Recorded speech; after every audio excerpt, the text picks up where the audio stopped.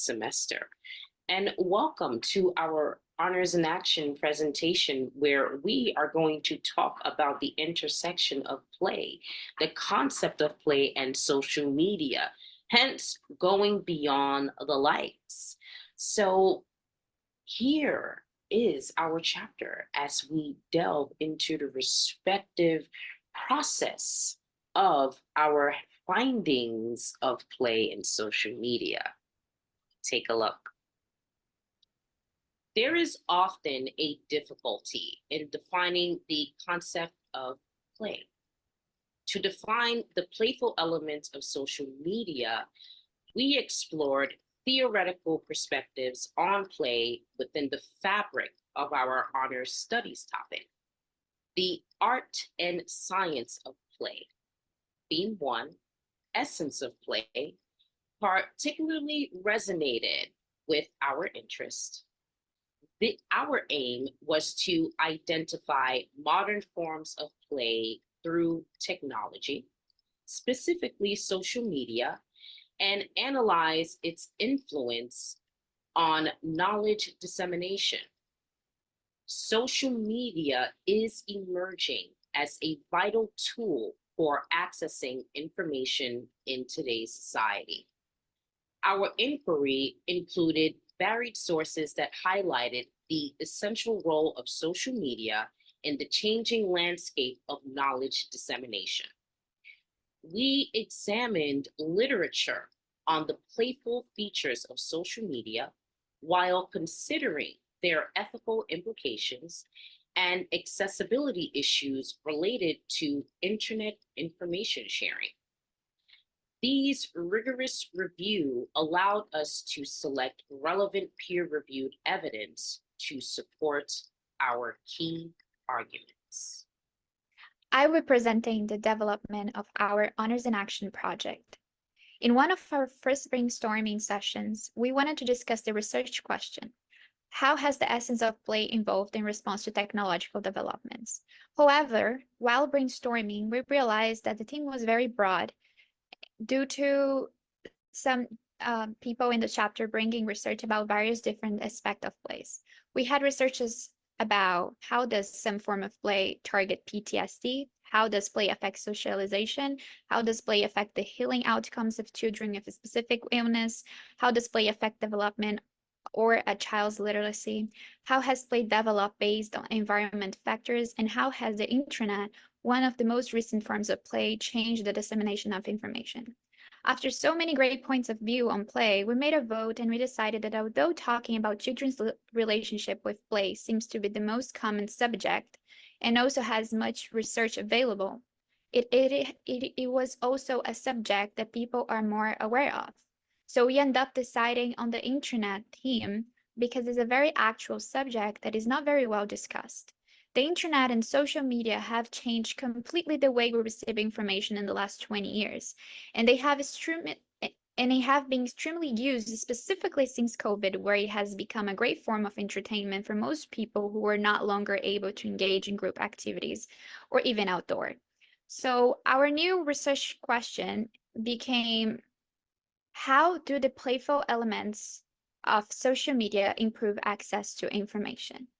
So in my area of research, I went into mental health influencers, specifically examples of how they use playful elements to share this information and make this information much more accessible.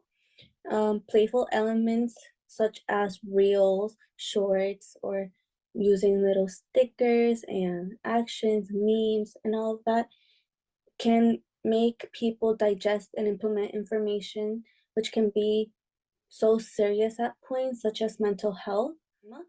This could be seen with great examples of influencers who use their platform to share information in playful manners, such as Dr. Julie, Mallory Grinst, and Therapy Jeff, and one of my favorites being Cinema Therapy.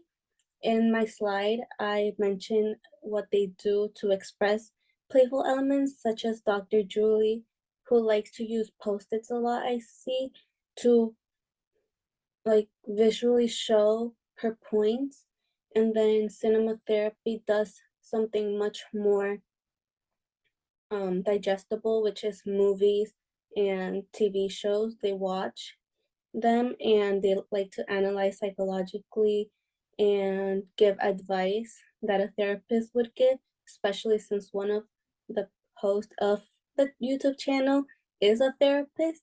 But just mixing and matching different things just can make information much more digestible sometimes. The global pandemic has pushed people to rely on technology for daily activities. So ensuring that everyone, including disadvantaged groups, can access digital resources is imperative. The digital divide is a phenomenon that refers to disparities in information and communication technology access, usage, and outcomes. The digital divide has been described as a critical topic for social justice in the 21st century, and some scholars have considered it as a source of poverty and deemed the term, quote unquote, the digital poverty. While writing for the philosophical definition of play, in my search for a clear definition of play, I encountered numerous articles that delved into its philosophical aspects rather than providing a straightforward definition. This continued until I discovered Scott Eberle's Elements of Play book. While Eberle's approach was somewhat elusive, he offered him a meaningful definition that allowed me to write about it in depth in my paragraph. Through this research process, I gained insights into the field of philosophy, which I have no experience in. It taught me that even concepts we consider obvious may have complex and elusive definitions. Just some final thoughts. Our journey into the intersection of play in social media has really uncovered a rich tapestry in interactive learning and knowledge exchange between people. Social media, which was once a simple platform for personal expression, has now evolved into you could say, dynamic playground where the serious and playfulness of social media as a whole converge. As we navigate the digital landscape, let's recognize the profound impact of social media in shaping not only how we share information, but also how we exchange, learn, and play in our ever-evolving realm of knowledge dissemination. Now, how did our chapter grow this year from our Honors in Action project? Well, I would say this semester, our chapter has witnessed a fair amount of growth and consistent participation with this year's Honors in Action project, where we had a consistent league of membership participate in our brainstorming sessions, in our research sessions, and we had solid contributors to our overall research and output. So this semester, our chapter grew when it came to our membership and camaraderie. I noticed especially this semester with everything due with Honors in Action and etc. A lot of key members really stepped up to the plate when it comes to participating in not only discussions, but also helping us actually write the final submission of some of these important projects that we need to do. And some of those key members could not only become future officers for this group, but also I know from talking to them that they would help grow this chapter even more than what already is. And especially with me, especially from my point of view, starting out as a chapter and being guided by past officers and now being an officer, I like the way this chapter is going when it comes to getting guidance to future members. Hello, My name is Harmony. I would want to share my experience with the PTK chapter as an academic community that has shown growth in terms of research, data analysis, and opinion formulation. I get to explore my interest and learn valuable skills, including problem solving. I additionally built relationships, learned from my peers, and learned about leadership experience. Lastly, I demonstrated knowledge, the essence of play, by utilizing resources and recognizing the functions of social media in the dissemination of information. Thank you. Bye. Thank you for joining us, the Alpha Kappa chapter here in Phi Theta Kappa, for our Beyond Lights presentation. I hope you guys got some insight about how play and social media intersect.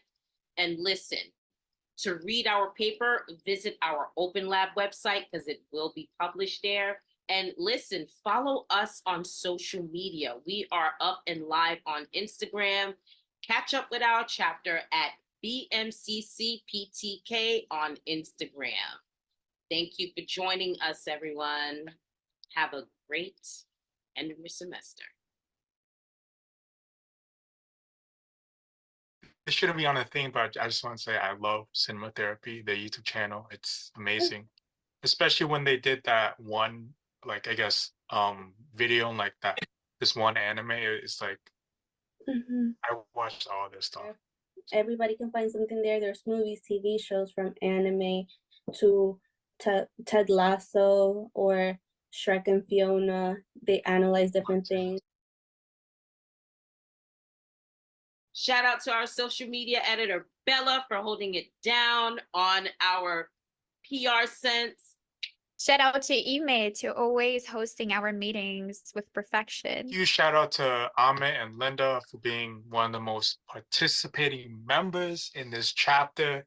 They're doing so much for us, helping us on like the backstage.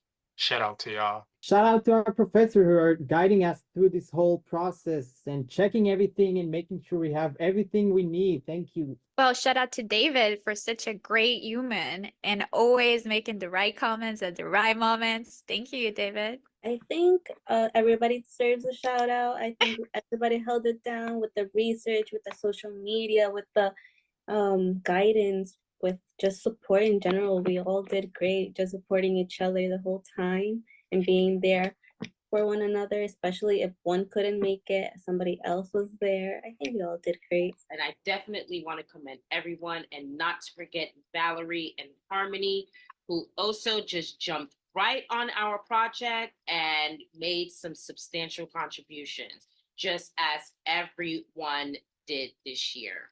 So I am proud of our chapter this semester with our Honors in Action project, and willing our campus and the entire community can bear witness to our research and learn something about knowledge dissemination in the modern day and age. Thank you once again, everyone.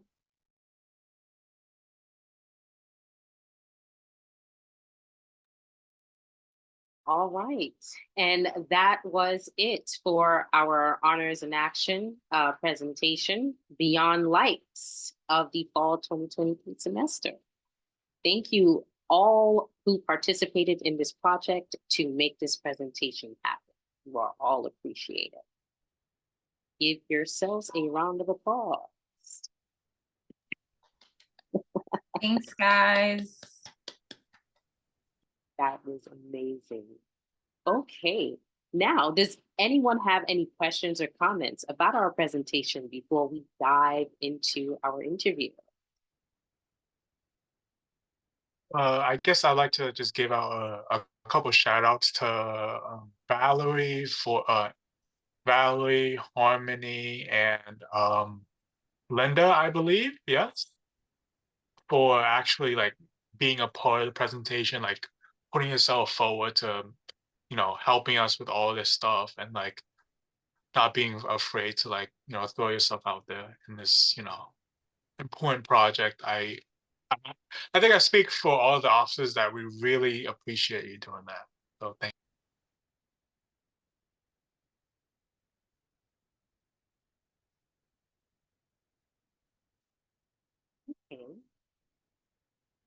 All right. So, as follow. Now, as you see, we're talking about social media play information. Oh, I'm sorry. Was Bella speaking? Bella, we're having trouble hearing you. Bella?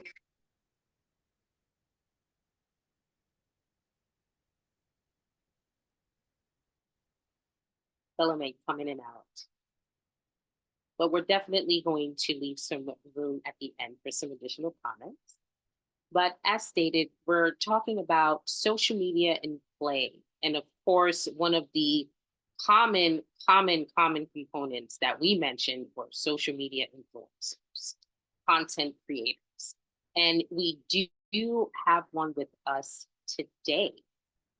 We have Jordan Saunders, who is the founder, CEO of the Resource Key.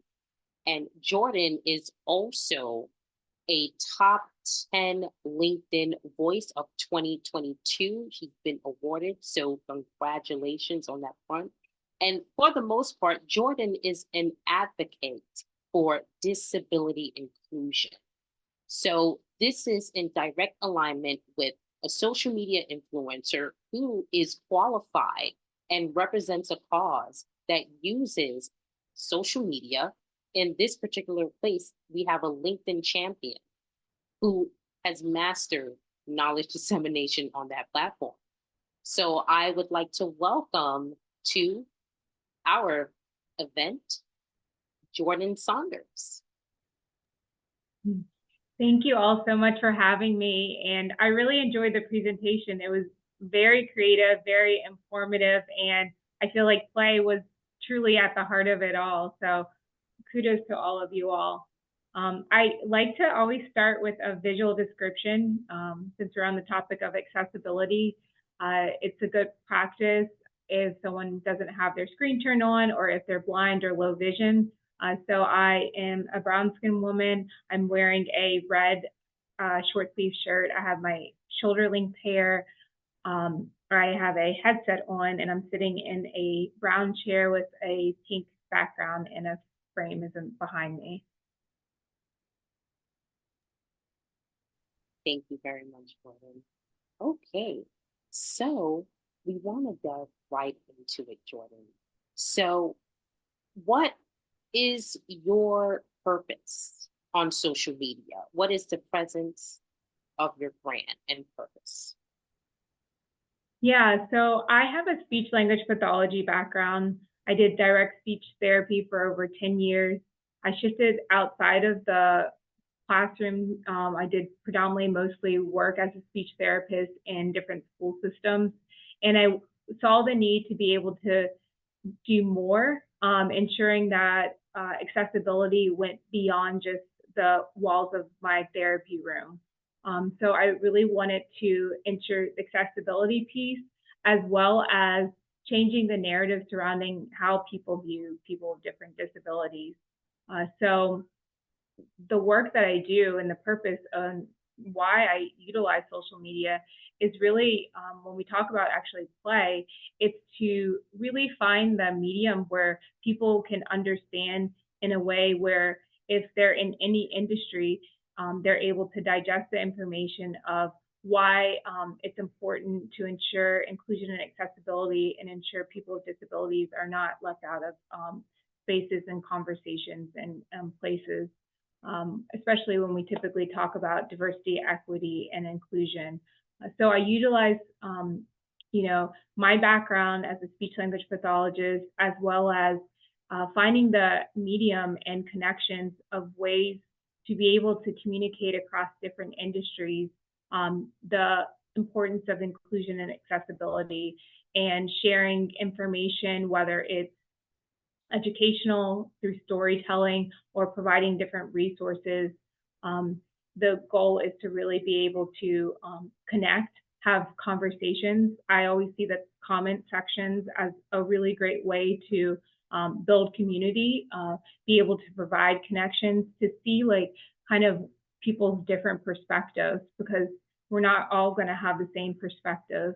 And then also to be able to collaborate and uplift other people's organizations, other people's brands or articles that they may write. So the mentions, when people mention, you know, me in comments or just they think of me, every time I get those different things and they're aligned with my personal brand as well as my business brand, it's really one of those things where if you have a really strong brand and you stay consistent and you align it, like people know when you're not in spaces or in rooms, social media travels like offline, I feel like as well. So I do feel there's a true power and purpose behind why I use social media, and it's all very intentional as well.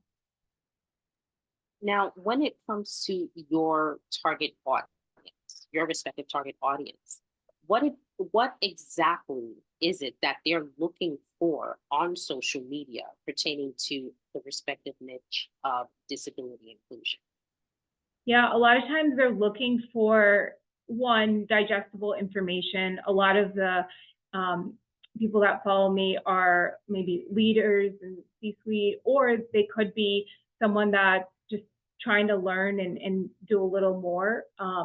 So a lot of the content that I share is typically like quotes or different storytelling, but through the lens of first-person stories with people that have different disabilities. So it could be like an article that I'm sharing that someone wrote with disability, and then I'm pulling something that resonated with me and that I feel that would resonate just if someone picked up, didn't know anything about disabilities, but wanted to do more. That's kind of the what you would see when you go to my content is just digestible information, quotes, photos, and really leveraging other partnerships to be able to disseminate information in a way that any industry that picks up the information can understand it. Now, I did hear you mention earlier that you do have industry leaders that also follow you, and that you also do utilize social media as not only a form to share information, but to retrieve information. Now, is this information being utilized to better serve your target audience? Yes, it is. You know, so a lot of times, like if there's content that I see and I'm like, oh, this is really helpful, like I'll reshare it, but I'll reshare it and then align it to like my audience so that there's more purpose behind it. And also to like, a lot of people don't click on a lot of the articles a lot of times. So I try to, when we talk about like dissemination of information, I try to always cite the source, who the author is, maybe, you know, where it's coming from, and then, you know, what the information was quoted, and then just a link to like read more. But I try to be conscientious of, if I'm pulling information from the article, what is it that if no one read it and they had to take one thing away from it, what would it be? And that's what I'm usually pulling. And is there a specific social media platform that is the most effective for you to utilize to share information with your target audience? And how dependent is it on where your target audience lies? Yeah, that's a great question. Definitely LinkedIn. LinkedIn, if I post nowhere else, LinkedIn, you know, a lot of my work aligns with the workplace, employee belonging, you know, diversity, equity, inclusion work. So a lot of the audience that I'm trying to reach and ensure that they can disseminate the information and go back and integrate it into the work they're doing would be LinkedIn. I do utilize Instagram, but the type of content, so like I will pull the same maybe piece of content that I use on LinkedIn that could be a little bit more technical, and I'll put it in a format of like Instagram stories I use a lot, and I'll just like have a nice picture that would align with the content, and then just like a quick quote I'm definitely a quote and image person in terms of when I'm sharing information. So that's how I would adapt it to like Instagram for those types of followers, because they wouldn't want to like, a lot of times they don't click on articles. It's just like what's like a good way to be able to, and then maybe it's referencing back to like an Instagram account. Now, when it comes to your respective use of a platform like LinkedIn or Instagram stories or YouTube reels, how do you deal with misinformation in your community? Do you find yourself to be like a conduit to ethical sharing of information? Yeah, definitely. You know, it is time consuming, you know, like to fact check these days, because even as much as sometimes I do my due diligence, there's sometimes where, you know, there may be information that was incorrect in the source or whatever it may be. But I always will do my due diligence. I have some top like sources that I usually go to get information. And then I'll, you know, fact check it again against another source. But I always see it as a conversation too. You know, there have been times where maybe I posted something and it's like, oh, this was, you know, not how it was perceived. So I see it as, that's why I really do like the comments, as much as sometimes they can, you know, depending on like the audience. And I find that for the most part, even the comments that are a little bit more, feel more of an attack, I always use it as a way to be able to have a conversation and engage, to be able to explore more. And a lot of times, you know, when you're engaging in a way to be able to understand like another person's perspective, not everyone's going to agree with you, and you're not always going to get the information right. But I think just doing the due diligence, I have a lot of partners that I work with, so sometimes it's just like us collectively like working together to share information about, you know, different topics. So yeah, I would say partnership, you know, trying to do your due diligence, probably going to increase even more with all of the generative AI and things of that nature. You know, it's already happening, but I always just, as best as possible, like cite the source, you know, have a link to where someone can reference back. And then if it's, I'm pulling a direct quote, I will quote the author. So. And talking about, you know, the wellness of your audience, delving into that, how relevant and resourceful is the information that you share through your social media portals to your target audience?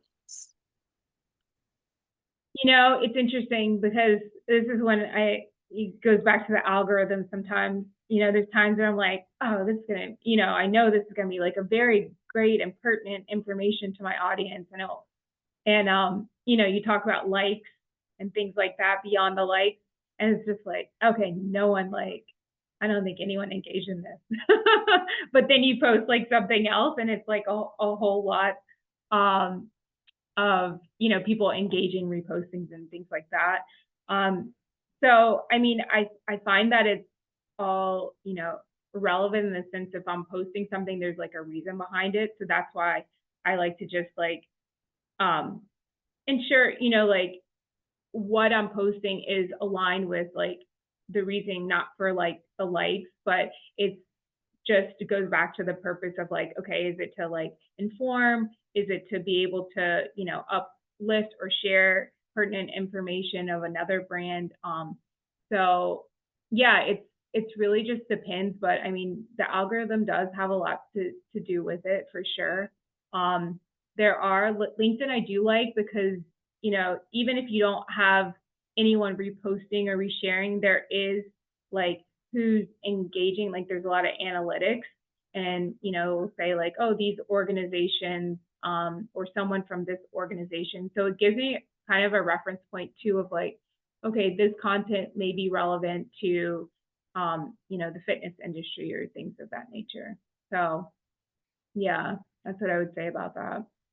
Okay. Okay. Yeah. And very last question. Thank you so much, Jordan. You've been a wealth of insight right now. Very last question. And what we all, of course, would like to know is what did it take for you to become a top 10 voice on LinkedIn in 2022? And I'm going to drop the article in the chat that details Jordan's recipiency of this recognition. Definitely, definitely, I would say being intentional about what I'm posting. I typically, I'm never really posting the things that you're gonna see on like your feed on your phone, like that when you have the top like articles that show up, you know. Typically, I'm doing like a little bit more of a deeper dive in terms of, I try to pick certain topic areas, like each week that I want to like focus on.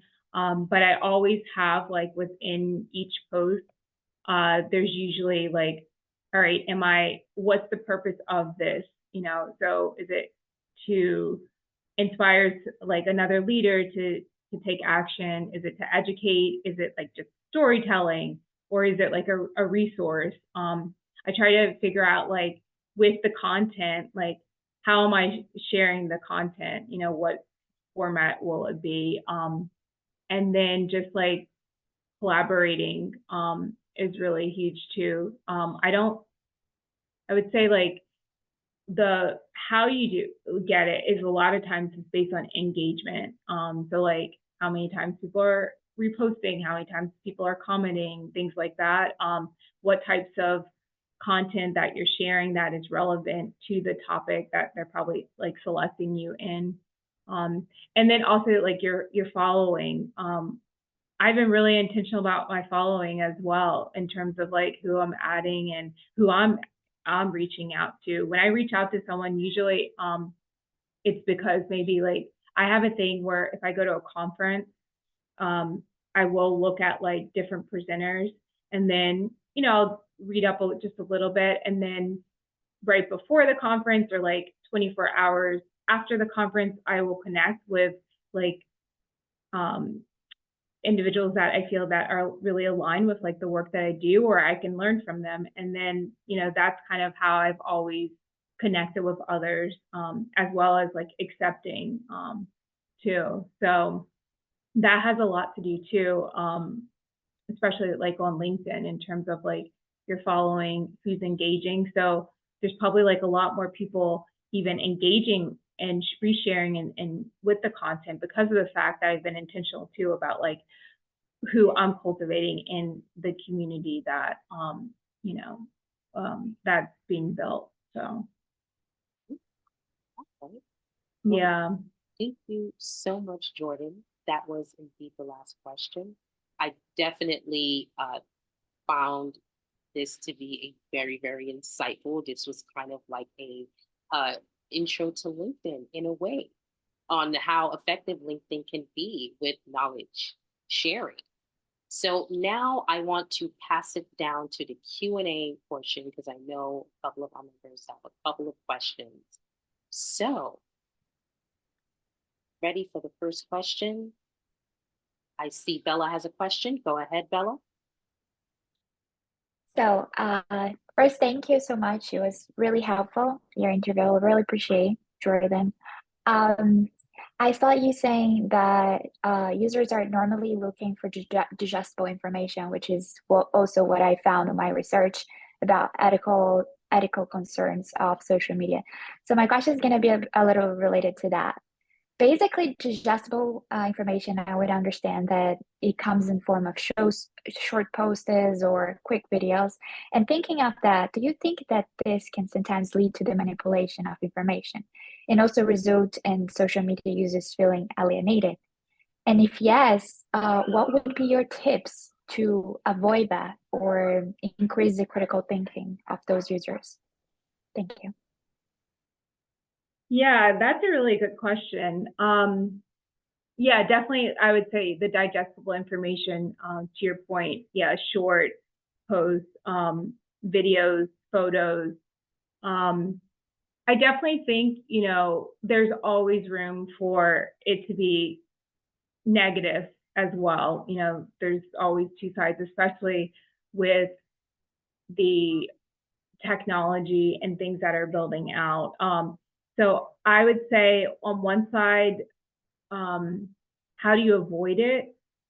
That's really hard. I don't know if I have the answer to that, but I would say that from my perspective and how I've utilized in terms of digestible information, it's been more to be able to get like more people involved and to be able to drive change. People can't get involved if they don't understand like what you're posting or if it's too technical. That's another piece of it, like plain language. Like if I know speech language pathology is a technical field. And so every time I used to sit in meetings and if I'm talking to parents or something like that, telling them like technical terms or like all the different acronyms that we have is not helpful if they're trying to help their child to be able to, you know, in whatever way. So I think that's the same with the content, is just like knowing your purpose is like so huge, and like why you're utilizing social media, because there's a lot of people that have reached out to me that I would have never guessed, in terms of just like, oh, thank you so much for like sharing that in a way that like I can understand. And I think we're in a time where a lot of industries are overlapping, and so we're having to talk in a different way. Like, so, you know, hospitality industry terminology is completely different than another. So that's how I see it in like a more positive way. I don't know the ways to, you know, avoid the parts in terms of like the negative, because I definitely think people are going to do what they will do, and there's always room to be able to find a way to be able to do different things. So yeah, I don't have that answer, but that's a great question though. Thank you so much, Jordan. All right, I see Barbara is up next with a question. Thank you, May. Hello, Jordan. Thank you so much. This is very insightful. And I was mentioning in the comments how as I am growing in my academic career, I really want to kind of transition from the old social medias, like, you know, the Instagram and the likes and the comments and just the culture that you see on social platforms like Instagram. I feel like I want to, you inspired me when you mentioned being an influencer and picking a topic that really, that others can relate to. And I guess now that I'm transitioning into Baruch and I'm going to be more in like a business mindset, I would love to be like an influencer for people who are transitioning from, you know, that style of social media to a more professional style of social media. So if there's any advice in terms of, I guess, scheduling and preparing for your content is really important. So if you have any advice on how I can utilize anything that you have done to grow in your influence, I would love that. Not that you didn't already give us great advice as already, but that, and also how much do you recommend the premium monthly LinkedIn thing, the package? Okay, so in terms of, well, congratulations, it's really exciting. So yeah, but I would say for how I do things, just because like scheduling is always just, it's a lot. Like I think, you know, in the beginning when I posted like a lot, like in the game, than just, you know, life and time. So I just always try to like commit, like, all right, this is how much I'm going to do a week. But I do have like pillars that I use in terms of just like the like 4 areas. So I try to hit like all the different 4 areas. So like, what's the purpose, connection, and then like there's 2 other areas that I use, but it's really like based off of, I feel like, what you know, your brand or like how you want to do it. But I would say just like, it's a lot easier for me to have like some way of being consistent and not like overloading myself where I feel like you burn yourself out before you like even get started. So if it's just like, you know, once a week and just, you know, being able to be consistent with that, as well as like, the partnerships are huge because a lot of times, I reached out a lot and said, hey, I would love to like, do like a post with you. I love your work in this area. And this is what I was thinking. So I would like come up with an idea and like tell them why I felt that it would be connected. And a lot of times people are like, oh, that'd be great, because they don't want to like necessarily be thinking about a lot of content too. But if you have something that's aligned, you can almost like use each other's brands to like elevate as well. So yeah, so that's what I would say in terms of the second piece, the premium. Honestly, I right now I have premium. You'll see it if you go on my LinkedIn. But once the free trial runs out, they always will like send an offer to me. But I don't really use the premium. So I use it when they offer it to me, usually like once a year or twice a year. And then after it runs its course, then, you know, it allows me to time to see like, okay, do I need this? And for the purpose of what I'm using LinkedIn for, I don't need it. But, you know, it could be different for someone that may be in like HR, or like maybe you're doing something very specific of trying to see different leads or different industries or things like that. So I think it really just depends on what your purpose is and how you would like utilize the premium. Because yeah, I don't, just because I don't really need it. It's not needed for like the purpose of what I'm using LinkedIn for. So that's what I would say. Thank you, Jordan. I appreciate it. No problem. Hopefully no one from LinkedIn is No LinkedIn. Alrighty, great question. All right, and on to Valerie. Last question of the day. Thank you so much.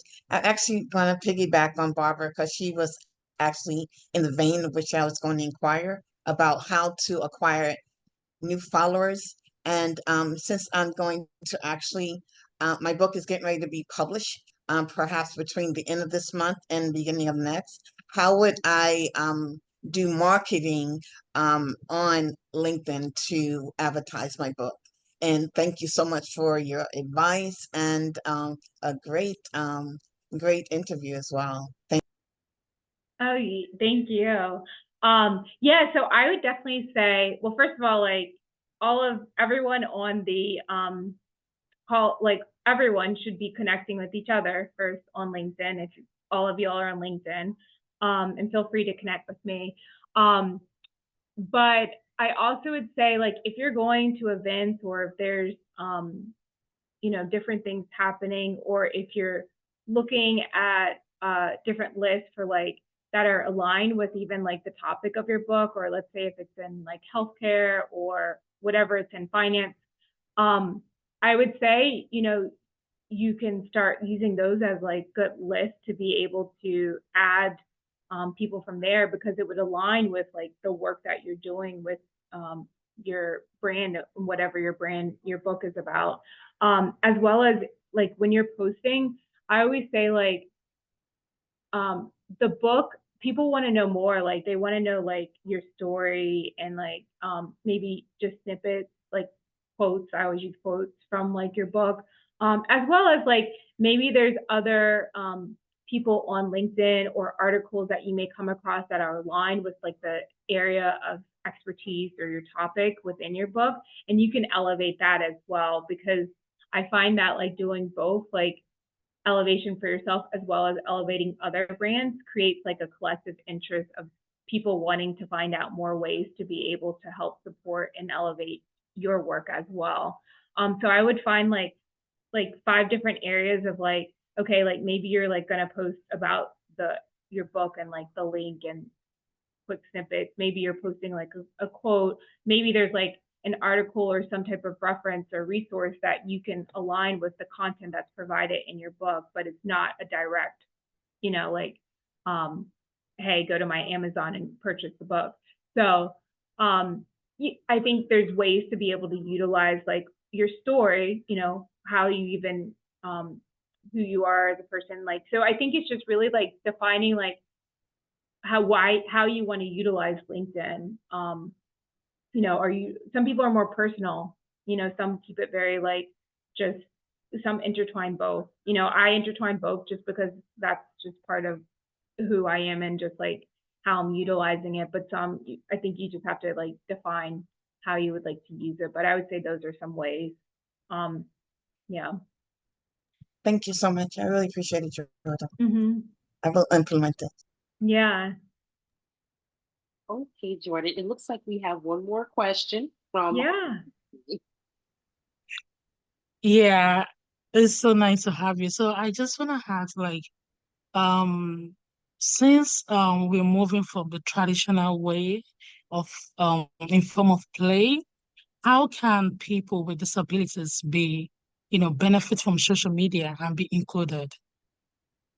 Oh yeah. So yeah, the biggest thing is like a lot of advocacy work is done through like social media and accessibility of like the post, sometimes like with images or is not very inclusive or accessible. So like is that what you're asking, like just like different ways to be able Yes. to? Okay, I just want to make sure I'm answering the question.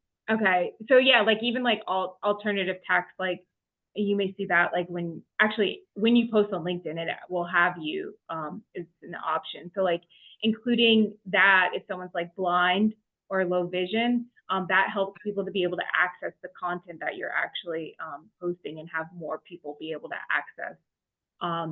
Captions. I know like Instagram does automated captions now, and it's better than nothing, but also adding like captions for people that are deaf or hard of hearing, or if you just like have your computer on mute.